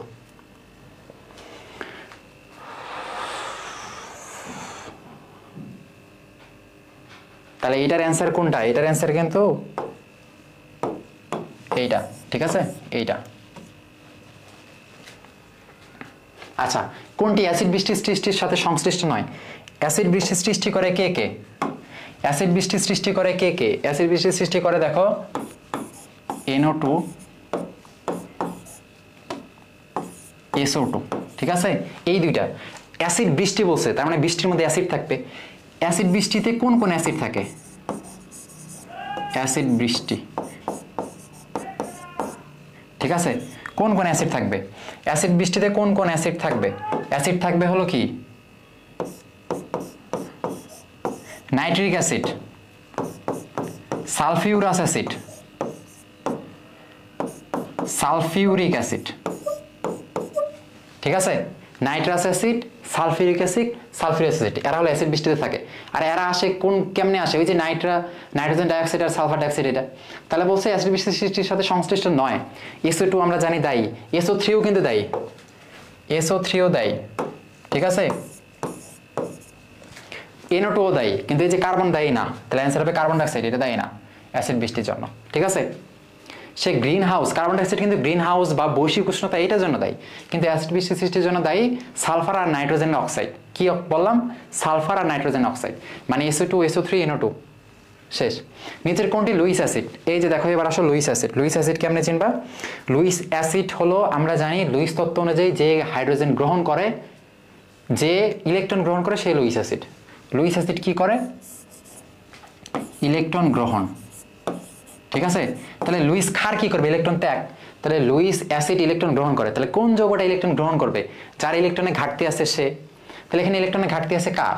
এই যে AlCl3, আমরা তোমাদের খুবই পড়াই। ঠিক আছে, তাহলে এই লুইস অ্যাসিড কে কে আছে? লুইস অ্যাসিড কে কে আছে? লুইস অ্যাসিড দেখবা AlCl3, ঠিক আছে, BF3, FeCl3, এরা কিন্তু লুইস অ্যাসিড যাদের ইলেকট্রনে ঘাটতি আছে। ঠিক আছে, কারণ এটাতে দেখো অ্যালুমিনিয়াম ক্লোরাইডে ইলেকট্রন ঘাটতি কেন? কারণ অ্যালুমিনিয়ামের লাস্টে কে আছে? দেখো অ্যালুমিনিয়াম এর লাস্টে আমরা জানি 3টা ইলেকট্রন, 1 2 3, তাই না? এর লাস্টে 3টা ইলেকট্রন, আর এখানে 3 পাশে আছে ক্লোরিন। তাহলে এই যে ক্লোরিন, এই যে ক্লোরিন, এই যে ক্লোরিন, ক্লোরিনের একটা ইলেকট্রন, একটা ইলেকট্রন, একটা ইলেকট্রন। এই ক্লোরিনের একটা ইলেকট্রন অ্যালুমিনিয়াম একটা ইলেকট্রন বন্ধন গঠন করছে। আর ক্লোরিনের এই পাশে কিন্তু 6টা করে আছে, কারণ ক্লোরিনের 7টা, যেহেতু আর একটা ঘাটতি আছে এই জন্য আর একটা দিয়ে অ্যালুমিনিয়াম একটা দিয়ে বন্ধন গঠন করে 1 2 8টা অ্যারো, আর অ্যারো এই 2টা হয়ে গেছে। ঠিক আছে, তো অ্যালুমিনিয়াম এখন এই 2 4 6 6টাই কিন্তু হয়ে গেছে। তোমরা নরমালি মনে রাখবে অ্যালুমিনিয়াম লাস্টে থাকে 3টা ক্লোরিনের সাথে বন্ধনের 3 দুগুণ 6 হয়ে গেছে, তাহলে তার তো 2টা ঘাটতি। তাহলে এই যে এইটারে বলে কি? অষ্টক সংকোচন। এটাও এমসিকিউ আসে, নিচের কোন যৌগে অষ্টক সংকোচন দেখা গেছে? ঠিক আছে, কোন যৌগে অষ্টক সংকোচন দেখা গেছে? অষ্টক সংকোচন। এমসিকিউ আসে কোন যৌগে অষ্টক সংকোচন দেখা যায়? তাহলে অষ্টক সংকোচন দেখা যায় এই যৌগের মধ্যে, অ্যালুমিনিয়াম ক্লোরাইড, BF3, এদের মধ্যে লাস্টে দেখ 8টা করে ইলেকট্রন নাই, 6টা আছে। এই BF3 তেও 6টা। তাহলে এদের যেহেতু কি ইলেকট্রনের ঘাটতি, এই জন্য অষ্টক সংকোচন বলে, আর এরা ইলেকট্রন পছন্দ করে। ঠিক আছে, এই জন্য যেহেতু লুইস অ্যাসিড কি করে? ইলেকট্রন গ্রহণ করে, এই জন্য অ্যালুমিনিয়াম ক্লোরাইড ইলেকট্রন গ্রহণ করতে চায়, এই জন্য সে লুইস অ্যাসিড। ঠিক আছে, তেমনি লুইস ক্ষার কিন্তু ইলেকট্রন ত্যাগ করবে। তাহলে লুইস ক্ষার কে কি হবে? দেখো লুইস ক্ষার ইলেকট্রন ত্যাগ করবে, তাহলে লুইস ক্ষার ইলেকট্রন ত্যাগ করবে, তার মানে তাদের অতিরিক্ত ইলেকট্রন থাকবে, তাই না? তো আমরা জানি যে পানিতে দেখো এই যে কি থাকে? মুক্তচর ইলেকট্রন থাকে, তাই না? তারপর কি? NH3, পানিতে 2টা মুক্তচর ইলেকট্রন, NH3 তে একটা মুক্তচর ইলেকট্রন। তারপর যে কোনো অ্যালকোহল, কারণ অ্যালকোহলে ওই যে অক্সিজেন আছে, তাই না? আর যে কোনো অ্যামিন, এদেরও দেখো মুক্তচর ইলেকট্রন। তার মানে নাইট্রোজেন আর অক্সিজেনের যে যৌগগুলো আছে, যেহেতু নাইট্রোজেন আর অক্সিজেনের ম্যাক্সিমাম যৌগগুলোতেই মুক্তচর ইলেকট্রন থাকে, এই জন্য এরা কি হয়? লুইস ক্ষার, এরা ইলেকট্রন সহজেই ত্যাগ করতে পারে। ঠিক আছে, এইটা কিন্তু খুবই আসে, এই যে এইটা খুবই আসে, এমনই একটা লুইস ক্ষার, ঠিক আছে, অ্যামিন একটা লুইস ক্ষার, অ্যালকোহল, এরা কারণ এদের অতিরিক্ত ইলেকট্রন থাকে, এরা ইলেকট্রন দেয়, আর লুইস ক্ষার ইলেকট্রন দিবে, লুইস অ্যাসিড ইলেকট্রন নিবে। ঠিক আছে, আচ্ছা আচ্ছা, এটা তো অষ্টক সংকোচন ঘটে, তাহলে তোমাদের এমসিকিউ আসতে পারে অষ্টক সম্প্রসারণ ঘটে কার? এমন একটা দেখাও, অষ্টক সম্প্রসারণ মানে যার 8টার বেশি ইলেকট্রন হয়ে গেছে, 8টার কম হলে সংকোচন, 8টার বেশি হলে সম্প্রসারণ। এই 8টার বেশি কে কে আছে? দেখো দেখি, এই 8টার বেশি আছে PCl5 একটা, দেখো ফসফরাসের লাস্টে থাকে 5টা, সে 5টা ক্লোরিনের সাথে 5টা ইলেকট্রন সমযোজী বন্ধন করছে, তাহলে 5 5 10, তাহলে তার কিন্তু বেশি হয়ে গেছে, তাই না? তারপর SF6, সালফারের লাস্টে থাকে 6টা, সে 6টা ফ্লোরিনের 6টা ইলেকট্রন নিয়ে 6 দুগুণ 12টা ইলেকট্রন হয়ে গেছে তার লাস্টে, তার মানে 8-এর অধিক হয়ে গেছে, তাহলে এটা অষ্টক সম্প্রসারণ। তাহলে আশা করি এটা বুঝছো। এবার দেখো এই যে এ আয়না অনুবন্ধী অ্যাসিড কোনটা? এই অনুবন্ধী অ্যাসিড, অনুবন্ধী ক্ষার, এই টপিকটা আসতে কিন্তু ব্রনস্টেড লাউরি মতবাদ। তোমরা আগে কিন্তু আমি লুইস মতবাদ দেখলাম, যেখানে অ্যাসিড হলে ইলেকট্রন গ্রহণ করে, ক্ষার হলে ইলেকট্রন ত্যাগ করে। বাট এই ব্রনস্টেড লাউরি মতবাদ, ব্রনস্টেড লাউরি মতবাদ, এটার আরেকটা নাম আছে কি? প্রোটনীয় মতবাদ, কারণ সে প্রোটনীয় বুঝছে, প্রোটনীয় মতবাদ। ঠিক আছে, তাহলে এই তত্ত্ব এখানে সে কি বলছে? সে বলছে যে অ্যাসিড প্রোটন ত্যাগ করে, ক্ষার প্রোটন গ্রহণ করে। যেহেতু অ্যাসিড মানে কি? হাইড্রোজেন থাকবে, আর হাইড্রোজেন মানে H+ মানে কি? প্রোটন। তার মানে অ্যাসিড প্রোটন ত্যাগ করবে, ক্ষার ইলেকট্রন গ্রহণ করবে। আর এই যে অ্যাসিড প্রোটন ত্যাগ করবে, এই যে একটা অ্যাসিড, সে কি করে? প্রোটন ত্যাগ করে। প্রোটন ত্যাগ করে যেটা সে তৈরি করবে সেটা হলো তার অনুবন্ধী ক্ষার, অনুবন্ধী ক্ষার। ঠিক আছে, ক্ষার। আর নরমালি ক্ষার কি করে? তাইলে ক্ষার তো প্রোটন গ্রহণ করবে, তাহলে সে প্রোটন গ্রহণ করার পর তৈরি করে কি? অনুবন্ধী অ্যাসিড। মনে রাখবা অ্যাসিড চেঞ্জ হয়ে ক্ষার তৈরি করে, বাট কি ক্ষার? অনুবন্ধী ক্ষার। তেমনি ক্ষার চেঞ্জ হয়ে কি তৈরি করে? অনুবন্ধী অ্যাসিড তৈরি করে, বুঝছো? অ্যাসিড তৈরি করে ক্ষার, ক্ষার তৈরি করে অ্যাসিড, বাট লাস্টে একটা অনুবন্ধী আছে। তো অ্যাসিড প্রোটন ত্যাগ করবে, তাহলে সে কি প্রোটন ত্যাগ করে তৈরি করে, তাই না? তাহলে H+ ত্যাগ, H+ মানে কিন্তু প্রোটন, আর ক্ষার কি করে? H+ গ্রহণ। ঠিক আছে, তাহলে জাস্ট তোমার যদি বলে একটা ক্ষার দিল, বললো একটা যৌগ দিল, ঠিক আছে, যৌগের অনুবন্ধী অ্যাসিড বের করো, তাহলে তোমার যদি বলে একটা যৌগ এর অনুবন্ধী অ্যাসিড, অবশ্যই ক্ষার থেকে আসছে, তার মানে এই ক্ষারটা চেঞ্জ হয়ে অনুবন্ধী অ্যাসিড তৈরি করছে। আর ক্ষার কি করে? প্রোটন গ্রহণ করে, তার মানে তোমরা বুঝতেছো এটা অবশ্যই একটা ক্ষার, কারণ এর অনুবন্ধী অ্যাসিড চাইছে, ঠিক আছে, এর অনুবন্ধী অ্যাসিড, তাহলে যৌগটা অবশ্যই ক্ষার। আর ক্ষার কি করে? একটা প্রোটন গ্রহণ করে, ফলে এই প্রোটনটা গ্রহণ করবে HSO4 মাইনাস, এর তোমার চাইছে অনুবন্ধী অ্যাসিড।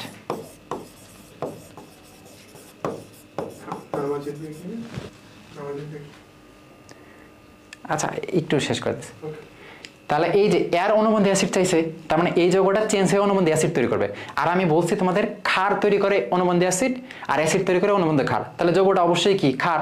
আর ক্ষার কি করে? প্রোটন গ্রহণ করে, তাহলে এর একটা প্রোটন গ্রহণ করাই দাও, মানে এর একটা প্রোটন যোগ করে দাও, তাহলে এর মধ্যে আরেকটা যদি প্রোটন দাও, তাহলে কি তৈরি করবে? H2SO4, তাহলে অ্যান্সার হবে H2SO4। আমি মাঝখানে তোমাদের জাস্ট বেসিকটা বোঝানোর জন্য কথা বললাম। এখন একটা শর্টকাট কথা, তোমার যদি অনুবন্ধী অ্যাসিড চায়, তাহলে ধরবা যে যৌগটা ক্ষার, তার মধ্যে একটা হাইড্রোজেন অ্যাড করে দিবা। কারণ তোমাদের যদি অনুবন্ধী ক্ষার চায়, যে এই যৌগটার অনুবন্ধী ক্ষার কি, তার মানে যৌগটা একটা অ্যাসিড, তাহলে অর থেকে একটা প্রোটন সরাই দিবা, ঠিক আছে?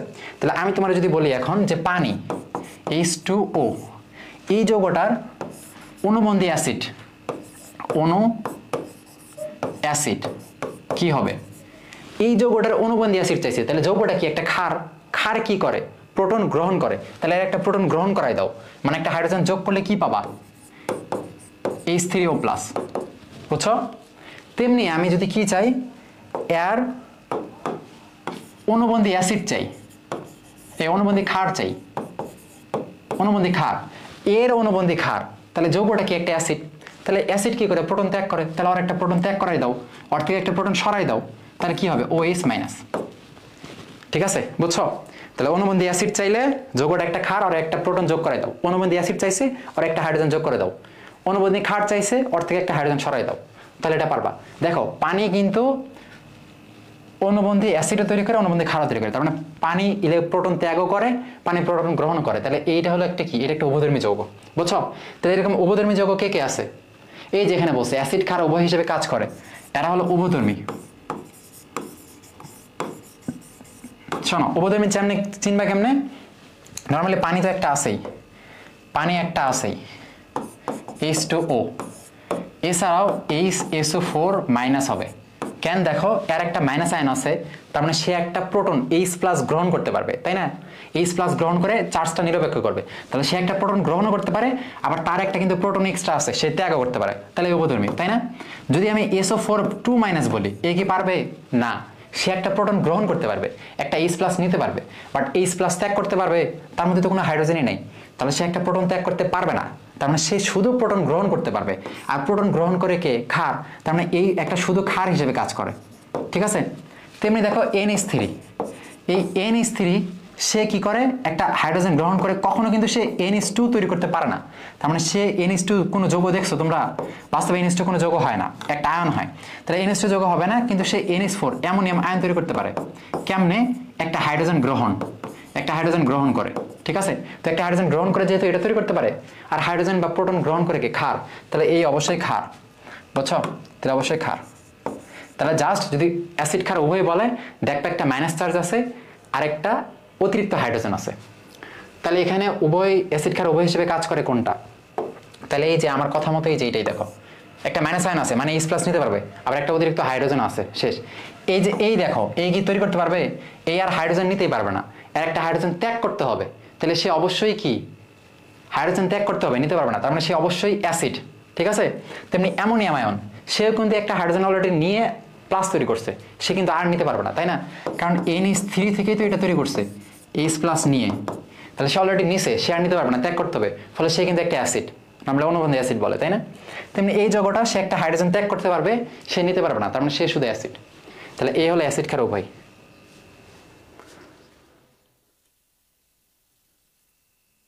আচ্ছা, কোনটি দ্বিক্ষারকীয় অ্যাসিড? এই যে এদের আমি তোমাদের দিয়েছিলাম H3PO4, এটা আমি গত ক্লাসে দেখছিলাম H3PO2, H3, এটা হলো PO3, এটা হলো PO2, ঠিক আছে? এই যে যারা আছে এর ক্ষেত্রে এর আমি বলছিলাম যে এই টাইপের যে যৌগগুলো আছে H3PO4, PO2, PO, এদের ক্ষেত্রে অক্সিজেনের সংখ্যার থেকে 1 মাইনাস করা লাগে। এর যেহেতু 4টা অক্সিজেন ফলে 3, এর যেহেতু 3টা অক্সিজেন ফলে 2, এর যেহেতু 2টা অক্সিজেন ফলে এর 1, ঠিক আছে? এটা হলো কত ক্ষারকীয়? তোমার দ্বিক্ষারকীয় বলছে, তাহলে দ্বিক্ষারকীয় H3PO3 থাকা লাগবে, যে PO3। কোনটি শক্তিশালী কনজুগেট ক্ষার? একটা কথা বলছি, কনজুগেট মানে কি? অনুবন্ধী। কোনো একটা অ্যাসিড, আমরা বলছি অ্যাসিড ক্ষার তৈরি করে, মানে অনুবন্ধী ক্ষার তৈরি করে। কোনো একটা অ্যাসিড যত শক্তিশালী তার অনুবন্ধী ক্ষার তত দুর্বল। কোনো একটা ক্ষার যত দুর্বল তার অনুবন্ধী অ্যাসিড তত শক্তিশালী। ফলে এখানে বলছে কোনটি শক্তিশালী কনজুগেট ক্ষার? কনজুগেট ক্ষার মানে কি? অনুবন্ধী ক্ষার। অনুবন্ধী ক্ষার, তার মানে এটা অবশ্যই কই থেকে আসছে? একটা অ্যাসিড থেকে আসছে, তাই না? তোমারে বলছে যে এটা হলো শক্তিশালী, তাই না? বলছে কোনটি শক্তিশালী অনুবন্ধী ক্ষার, তাহলে অনুবন্ধী ক্ষারটা অবশ্যই একটা অ্যাসিড থেকে আসছে। যদি অনুবন্ধী ক্ষারটা শক্তিশালী হয় তাহলে অ্যাসিডটা অবশ্যই দুর্বল। বুঝো নাই? অ্যাসিডটা দুর্বল, তাহলে কোন অ্যাসিডটা এখানে দুর্বল? এই যে এই অ্যাসিড জানো তোমরা দুর্বল। Sulphate, chloride, nitrate. নাইট্রেট কই থেকে? Nitric acid. ক্লোরাইড কি? HCl মানে হাইড্রোক্লোরিক অ্যাসিড। সালফেট মানে কি? ওই যে সালফিউরিক অ্যাসিড। বাট এই যে COO, আমি বলছি COOH থাকলে দুর্বল হয়। COOH অ্যাসিড বিশিষ্ট হলো দুর্বল, তাহলে অ্যান্সার হবে এটা। শুধুমাত্র জৈব পদার্থের অক্সাইড করার জন্য নর্দমায় যে প্রয়োজনীয় পদার্থ, আচ্ছা অক্সিডাইজ মানে জারিত করার জন্য, শুধুমাত্র জৈব পদার্থকে জারিত করার জন্য পানির মধ্যে যে অক্সিজেন আছে সেটা খরচ করে, সেটা হলো BOD। তোমরা জানো জৈব প্লাস অজৈব দুইটাই খরচ করার জন্য যেটা, সেটা হলো COD। এটা হলো শুধু জৈব, এটা হলো জৈব প্লাস অজৈব, জৈব প্লাস অজৈব, তাই না? এই জন্য এটার মান কত? বেশি, 10, যেহেতু এখানে বেশি অক্সিজেন খরচ হইতেছে। এখানে যেহেতু শুধু জৈব, এই জন্য এটার মান কত? 6 ppm। এগুলা একটা ছক আছে, ঠিক আছে? BOD, COD, TDS, এগুলা লাস্টে একটা ছক আছে, এটা তোমরা ডেফিনেটলি পড়বা। DO মানে কি? মানে ডিজলভ অক্সিজেন, মানে পানিতে কতটুকু অক্সিজেন আছে, তাহলে সেটা হলো তাহলে এটা অবশ্যই কি হবে অ্যান্সার? BOD, কারণ শুধু জৈব চাইছে।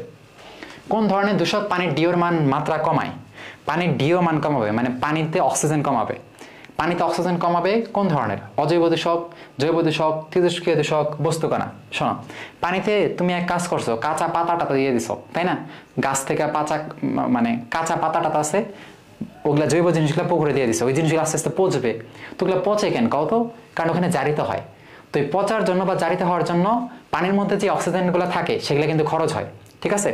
তাহলে জৈব বস্তু ওগুলা যেহেতু ওগুলার পচানোর জন্য আমার অক্সিজেন খরচ হয়, তাহলে এখানে কি বলছে দেখো, কোন ধরনের দূষক পানির DO হ্রাস করে? অক্সিজেন খরচ হয় মানে কি? পানির DO কমে যায়, তাই না? তাহলে এটা হবে জৈব দূষক, কারণ জৈব দূষকগুলো পানির মেইনলি অক্সিজেনটা বেশি কমাইতেছে, বুঝছো? অক্সিজেনটা বেশি কমাইতেছে। আচ্ছা, প্রমাণ তাপমাত্রা ও চাপে STPতে কোনো গ্যাসের 1 গ্রাম সব থেকে বেশি আয়তন দখল করবে। 1 গ্রাম সব থেকে বেশি আয়তন দখল করে। প্রমাণ তাপমাত্রা ও চাপ, তাপমাত্রা চাপ দুইটাই তোমরা এই সূত্র পড়ছো না, PV/T। এটা কি ইকুয়াল কি? কনস্ট্যান্ট, মানে এই সমন্বয় সূত্রটা বলতেছে 1 P2V2/T2, ঠিক আছে? এখানে তোমরা জানো যখন P স্থির হয়, চাপ মানে P1/T1 ইন্টু P2/T2। এখানে ভিটা স্থির, ভি স্থির কার সূত্র? গেলুসার। যদি T স্থির করো তাহলে P1V1, P2V2, বয়েল। যদি কি করো?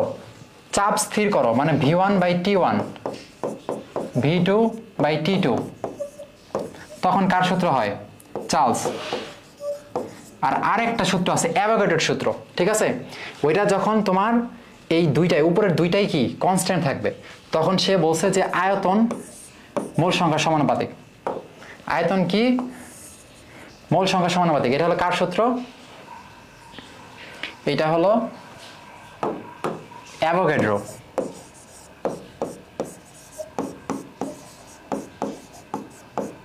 ঠিক আছে, তাইলে দেখো এখানে তাপমাত্রা চাপ দুইটা সমান, ফলে আয়তন কার বেশি হবে? যার মোল সংখ্যা বেশি। এখানে বলছে যে 1 গ্রাম সব থেকে বেশি আয়তন, ফলে সব থেকে বেশি আয়তন কার হবে? যার মোল বেশি। 1 গ্রাম বলছে, ফলে এই 1 গ্রামকে আমরা আণবিক ভর দ্বারা ভাগ করব, যার সংখ্যা বেশি পাবো তারই কি হবে? আয়তন বেশি। তো নাইট্রোজেনের ক্ষেত্রে কত? দেখো নাইট্রোজেন আমরা যদি 32 1/32, তাই না? হাইড্রোজেনের ক্ষেত্রে কত? ওই 1 গ্রামকে আমরা 2, অক্সিজেনের ক্ষেত্রে 1 গ্রামকে 16, আর্গনের ক্ষেত্রে 1 গ্রামকে 40। তো তোমরা জানো যেহেতু হাইড্রোজেনের ভর কম, তাই না, তার এর মোল সংখ্যা বেশি হবে। আণবিক ভর যেহেতু কম, মোল সংখ্যা বেশি, ফলে যেহেতু এর মোল সংখ্যা বেশি আর আয়তন বেশি, তাহলে অ্যান্সার হবে হাইড্রোজেন। এবার দেখো একটি অক্সিজেন সিলিন্ডারে 250 ATM চাপ সহ্য করতে পারে। সিলিন্ডারটি 125 ATM চাপে ও এত তাপমাত্রায় মানে 27 ডিগ্রি সেন্টিগ্রেড তাপমাত্রায় অক্সিজেন গ্যাস দ্বারা পূর্ণ করা হলো। কত তাপমাত্রায় সিলিন্ডারটি বিস্ফোরিত হবে? মানে সিলিন্ডারের লাস্ট স্টেজ কোনটা? বিস্ফোরিত হওয়া। তার মানে লাস্ট স্টেজে তোমার চাপ দিছে এত, তার মানে এটা অবশ্যই P2, তাই না? কখন বিস্ফোরিত হবে? মানে বুঝাইতেছে কখন 250 ATM চাপে উঠবে, তার মানে এটা হলো 250 ATM। ঠিক আছে, আর P1 দেখো, P1 দেওয়া আছে 125 ATM, আর T1 দেওয়া আছে কত? 27 ডিগ্রি, মানে 300 কেলভিন। তাহলে কত তাপমাত্রায়? তার মানে T2 তোমারে চাইছে। তো তুমি এখন জানো P1 বাই কি? T1, P2 বাই T2, এটাই চাপ আর ই। তার মানে এখানে তোমার কি আয়তন নিয়ে কথা বলে নাই, তার মানে আয়তন এখানে স্থির, তার মানে হচ্ছে গেলুসাকের সূত্র এটা। এন্ড তোমার T2 চাইছে, তার মানে T2 সমান কি? P2 by P1 into T1। তার মানে P2 এখানে কত? 250, এটা হলো 125, এটা হলো কত?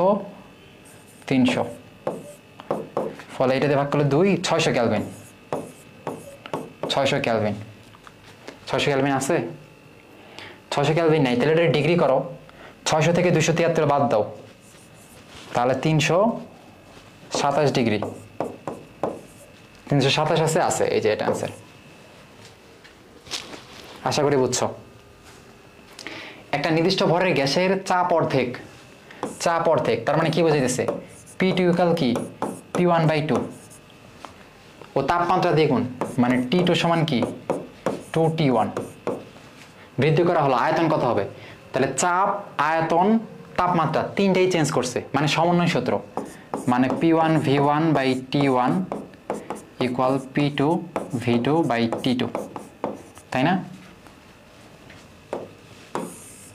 এটা তোমার দেওয়া আছে। তাহলে এখানে তোমার চাইছে কার? আয়তন কত হবে? মানে V2 চাইছে, V2 চাইছে। তাহলে V2 সমান কি হবে? P1 V1/T1, এই যে V2, তাহলে এটার এই পাশে করি T2/P2, ঠিক আছে? তাহলে এখানে P1, এখানে V1, এখানে T1, এখানে যেহেতু কারোরই মান দেওয়া নাই, ফলে আগের জিনিসগুলো আমরা অমনাই রাখলাম। সবগুলো দ্বিগুণ অর্ধেক করে বলছে, যে দ্বিগুণ হবে অর্ধেক হবে, মানে 2 এর মান দেওয়া আছে, 1 এর মান কিন্তু দেওয়া নাই, তাহলে 1 আমরা অমনাই রাখলাম। তাহলে T2 এর মান দেখা হয়েছে 2T1 ইন্টু P2 এর মান কত? P1/2 মানে 2টা উপরে চলে যাবে, ঠিক আছে? তাইলে এখানে দেখো এই যে T কাটা, P কাটা, তাহলে এটা হবে 4V1, তার মানে আদি আয়তনের 4 গুণ। আচ্ছা, এখানে উত্তর নাই, তার মানে অ্যান্সার কোনোটাই নয়, আদি আয়তনের 4 গুণ, ঠিক আছে? আচ্ছা, তোমরা এরকম করে করতে পারো। কেউ যদি আরো শর্টকাটে করতে চাও, তাহলে তখন তুমি কি করবে জানো? PV/T, তো জানো PV/T। এখন দেখো এখানে কি বলছে, যে গ্যাসের চাপ অর্ধেক, তার মানে এখানে চাপটা অর্ধেক, মানে P/2, মানে নিচে একটা 2 আসবে, ঠিক আছে? চাপ, এটা হলো চাপ অর্ধেক, তারপর তোমার বলছে তাপমাত্রা দ্বিগুণ, মানে এইটা 2 হয়ে যাবে। তার মানে এখানে আরেকটা 2 হবে, মানে 2 2 4 হয়ে গেল। ঠিক আছে, তাহলে পি ভি বাই টি এটাই। তাহলে তোমার আয়তন কত বলছে, এন্ড তুমি এটার মধ্যে কি চেঞ্জ আনলে আগের মতোই থাকবে, মানে পি ভি বাই টি থাকবে। কি চেঞ্জ আনলে, এই ভিটারে যদি 4 করে দাও তাহলে এই 4 4 কাটা, তাহলে এই জন্য আয়তন 4 গুণ। বুঝছো কিনা, মাথায় ঢুকছে? না হলে তোমরা এই নিয়মেই করবা। নর্মালি পি হাফ বলছে, তার মানে জাস্ট পিটারে রাইখা হাফটা নিচে হাফ দিয়ে দেবা, মানে 2টা নিচে দিয়ে দেবা, হাফ গুণ করে নিচে 2। তাপমাত্রা দ্বিগুণ বলছে, তাহলে টি অমনি টি থাকবে, যেহেতু দ্বিগুণ পরে নিচে আরেকটা 2 হবে, টি এর জায়গাতে আরেকটা 2 হবে, তাহলে 4। ফলে এইটা এখানে যদি আমি ভি এর জায়গাতে আরেকটা 4 লিখি তাহলে কিন্তু আগের মতোই হয়ে যায়। বুঝছো? তাহলে এই জন্য ব্যালেন্স করবা। ঠিক আছে, ব্যালেন্স করে দেখবা এটা 4 করা লাগতেছে, তার মানে আয়তন অবশ্যই 4 গুণ হবে। এইটা এটা যদি তোমাদের মাথা না ঢোকে তাহলে এটাই থাক। ঠিক আছে, আমি নেক্সটে কথা বললাম। আচ্ছা নাও, এবারে বলছে দুইটি পাত্র এ আর বি যথাক্রমে সমভরের কার্বন ডাইঅক্সাইড আর মিথেন CH4 গ্যাস দিয়ে পূরণ করা হলো। একই তাপমাত্রা পাত্রের দুটিতে গ্যাসের চাপ সমান পাওয়া গেল। চাপ সমান পাওয়া গেছে, পি ধ্রুবক। ঠিক আছে, কনস্ট্যান্ট। পাত্র এ আর পাত্র এ এর আয়তন 24, পাত্র এর আয়তন 24 লিটার হলে বি এর আয়তন কত? আচ্ছা, তাপমাত্রা একই তাপমাত্রা ও চাপ, দেখো তাপমাত্রা আর চাপ, তার মানে তাপমাত্রাও কনস্ট্যান্ট, তাই না? তাপমাত্রা কনস্ট্যান্ট, চাপ কনস্ট্যান্ট, দুইটার মোল কিন্তু আলাদা, যেহেতু দুইটার আলাদা, মোল আলাদা, আয়তন তোমার বের করতে বলছে। তাহলে মোল আর আয়তনের সূত্র আমরা অ্যাভোগাড্রোর সূত্র আমরা পড়ছি,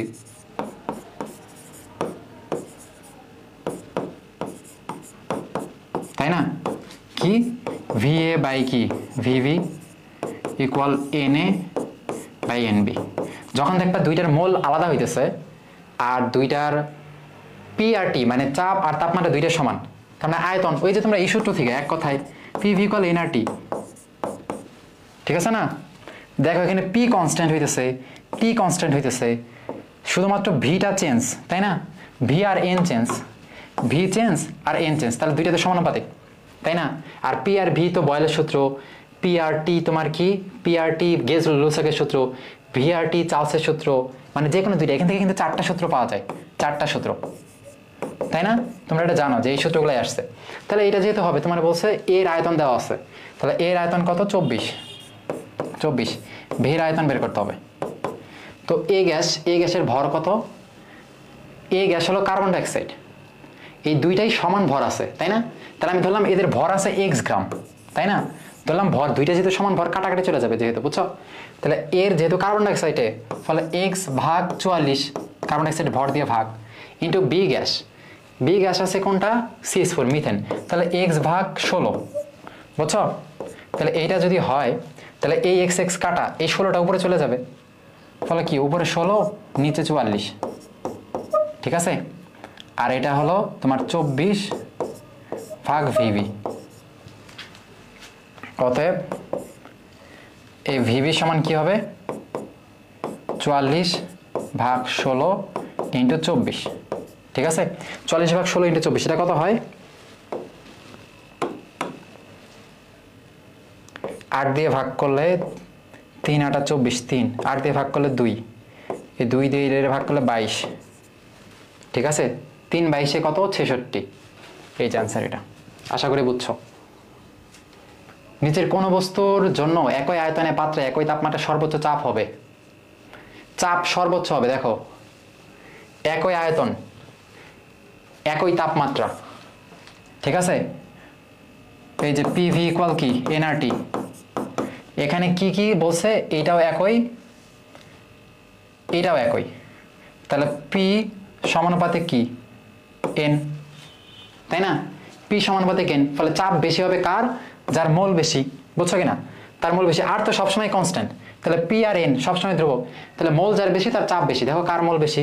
28 গ্রাম নাইট্রোজেন মানে কি 1 মোল, 4 গ্রাম হাইড্রোজেন মানে কি 2 মোল, কারণ হাইড্রোজেনের ভর 2, 17 গ্রাম মানে 1 মোল। শোনো, ভর তোমার সব কিন্তু মোল হিসাব করতে হবে, ভর কম বেশি যাই থাক, ঠিক আছে? 4 গ্রাম হিলিয়াম যা 44 গ্রাম কার্বন ডাইঅক্সাইড তা, ঠিক আছে? কোনো পার্থক্য নেই। 4 গ্রাম ওরও যতগুলো অণু, ওরও ততগুলো অণু, ঠিক আছে? 4 গ্রাম আর ওটার বেশি গ্রাম দেখি ওটার বেশি প্রায়োরিটি না, মোল সংখ্যা যার বেশি তার, তো যেহেতু দুইটার মোল একই, এই জন্য কি একই হবে না, 4 গ্রাম মানে 1 মোল, তাহলে এটা অ্যান্সার হবে এটা, যেহেতু আর 2 মোল, মোল বেশি। 12.1 atm চাপে নির্দিষ্ট তাপমাত্রায় একটি নির্দিষ্ট আয়তনের পাত্রে এত এত এবং এত কোনটির আংশিক চাপ সর্বোচ্চ। আচ্ছা, আংশিক চাপ কেমন বের করে? আংশিক চাপ সমান মোল ভগ্নাংশ ইনটু মোট চাপ। ঠিক আছে, মোল ভগ্নাংশ মানে কি? নিজের মোল বাই মোট মোল ইনটু মোট চাপ।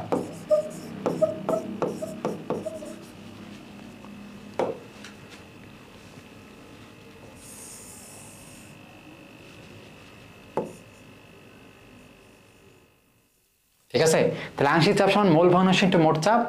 তাহলে মোল ভগ্নাংশ যার চাপি, মোট চাপ তো সবাই মিলে যতটা চাপ দিতেছে ওইটা, তো মোল ভগ্নাংশ যার বেশি তার কিন্তু আংশিক চাপ বেশি। ঠিক আছে, আর মোল ভগ্নাংশ কার বেশি? যার নিজের মোল বেশি, কারণ মোট মোল তো সমান। মোট মোল আর মোট চাপ কিন্তু চেঞ্জ হবে না। নিজের মোল যার বেশি তার হলো চাপ বেশি। নিজের মোল কার বেশি? দেখো এখানে 4 গ্রাম হিলিয়াম মানে কি 1 মোল, 14 গ্রাম নাইট্রোজেন 28 গ্রাম নাইট্রোজেন 1 মোল, তাহলে 14 গ্রাম মানে 0.5 মোল। আর 16 গ্রাম অক্সিজেন মানে কি 0.5, কারণ অক্সিজেনের O2 32, তাহলে এখানে 1 মোল আছে শুধুমাত্র হিলিয়াম, 4 গ্রাম হিলিয়াম, তাহলে অ্যান্সার হবে হিলিয়াম। আশা করি বুঝছো, এগুলো কিন্তু সব গুরুত্বপূর্ণ। আচ্ছা, একই তাপমাত্রায় হাইড্রোজেন অক্সিজেন গ্যাসের আরএমএস বেগের অনুপাত কত? আচ্ছা, আর এ মানে বেগ চাইছে, মানে C hydrogen by C oxygen. আমরা জানি আরএমএস বেগ সি আর এম এস সমান কি √3RT বাই এম। ঠিক আছে, যেহেতু আরটি তাপমাত্রা যেহেতু একই, আর একই, থ্রিও একই, তাহলে সি ইকুয়াল কি √1/m। তাহলে ভরের ব্যস্তানুপাতিক, তাই না? ফলে এটা আমরা কি লিখতে পারি? ভর যেহেতু ব্যস্তানুপাতিক, এর ভরটা যাবে উপরে এম অফ অক্সিজেন, আর এর ভরটা আসবে নিচে হাইড্রোজেন। ঠিক আছে, ফলে অক্সিজেনের ভর পারমাণবিক সংখ্যা কত? 32, আর হাইড্রোজেনের পারমাণবিক সংখ্যা 2, তাই না? ফলে যদি আমি ভাগ করি কত আসে? 16 উপর √ মানে কত? 4। তাহলে হাইড্রোজেনের বেগ আর অক্সিজেনের বেগ এটার অনুপাত হবে 4 বা 4:1 যাই বলো, এই যে 4। এরপরে দেখো 12.1 atm চাপে নির্দিষ্ট আয়তনে, এটা তো একই, একটু আগে তো দেখলাম আংশিক চাপ